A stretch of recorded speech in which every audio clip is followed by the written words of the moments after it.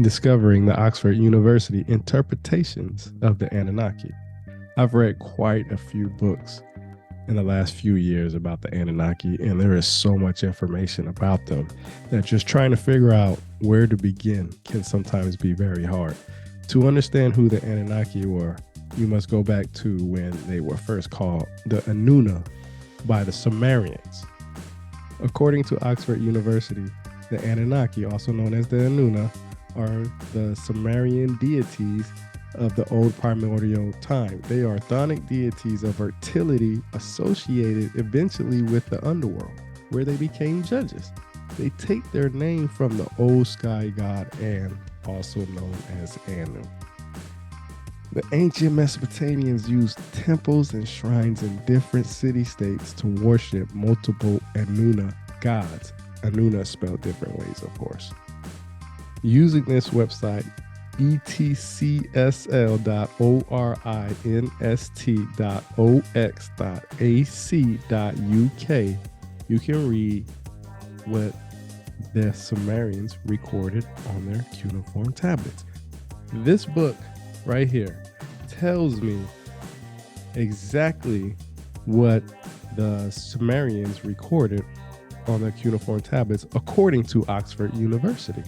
Let me read what's on the back of the book so that way you can get an idea of the time frame of when these recordings were on the cuneiform tablets. The translations of Sumerian literature constitute the most comprehensive collection ever published of the world's earliest literature. The compositions in this book were mainly inscribed on clay tablets dating to the 18th century BCE. This information is the bread and butter of what the Sumerians recorded on cuneiform tablets. Okay, the Sumerian pictographic script, also known as Proto-Cuneiform, was used by the Sumerians around 3200 BCE. This is the earliest Sumerian writing system, which took the form of pictographs, which are visual representations of objects like grains or fish. These pictographs closely resemble the objects they depicted.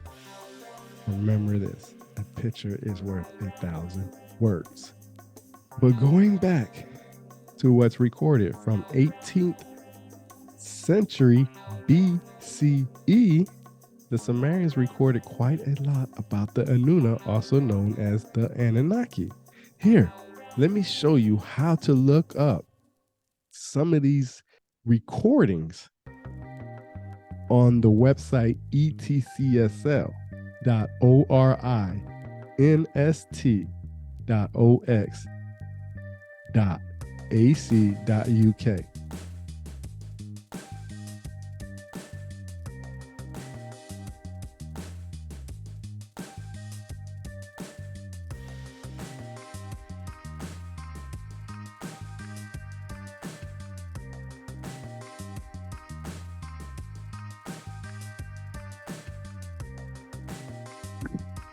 Let's just say that you're trying to find Inky on here, even though you can see it and read it and everything. Let's hit Control CTRL on your computer, F, and boom, you got a box that comes up right here, right? Type in Inky. And look, you can search everything that's about Inky. Now let's go find Enlil. Boom, you find Enlil, okay?